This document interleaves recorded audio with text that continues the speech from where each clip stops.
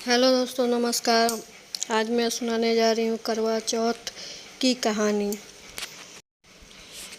करवा चौथ की कहानी बहुत समय पहले की बात है। एक साहूकार के 7 बेटे और उनकी एक बहन करवा थी। सभी सातों भाइयों अपने बहनों से बहुत प्यार करते थे, यहाँ तक कि वे पहले से उनके खाने खिलाने और बाद में सेवा करते थे।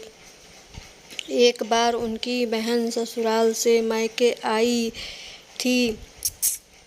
शाम को भाई जब अपने व्यापार बंद कर घर आए तो देखे उनकी बहन बहुत व्याकुल थी। सभी भाई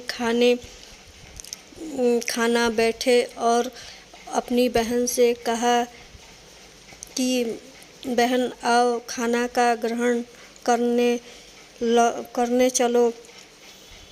लेकिन बहन ने बताया कि आज उसका करवा चौथ का निराजल व्रत है और वह खाना सिर्फ चंद्रमा को देख कर उसे अर्घ देकर ही खा सकती हैं। चूँकि चंद्रमा अभी तक नहीं निकले हैं, इसलिए मैं भूखी प्यासी सी बैठी हूँ। सबसे छोटा भाई को अपनी बहन की हालत देखकर और वह दूर पीपल के पेड़ पर एक दीपक जलाकर चलनी की ओर में रख देता है और दूर से देखता है, पर वह ऐसा प्रतीक होता है कि जैसे चतुर्थी का चांद उदय हो रहा है। इसके बाद भाई अपनी बहन को बताते हैं कि चांद निकल आया, तुम उसे अर्घ देने के बाद भोजन कर सकती हो। बहन खुश के मारे सीढ़ी पर चढ़कर चांद को देखने जाती है। उसे अर्घ देकर खाना खाने बैठती है। पहला टुकड़ा मुंह में डालते ही उसे छींक आ जाती है और दूसरा टुकड़ा डालते ही उसे बाल निकल जाता है और जैसे ही तीसरा टुकड़ा मुंह में डालने की कोशिश करती है तो उसका पति की मृत्यु का समाचार उसे मिलता है। वह बौखला जाती है।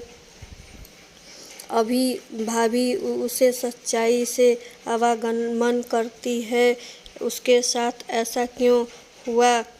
करवा चौथ का व्रत गलत तरीके से टूटने के कारण देवता उससे नाराज हो गए और उन्हें ऐसा किया।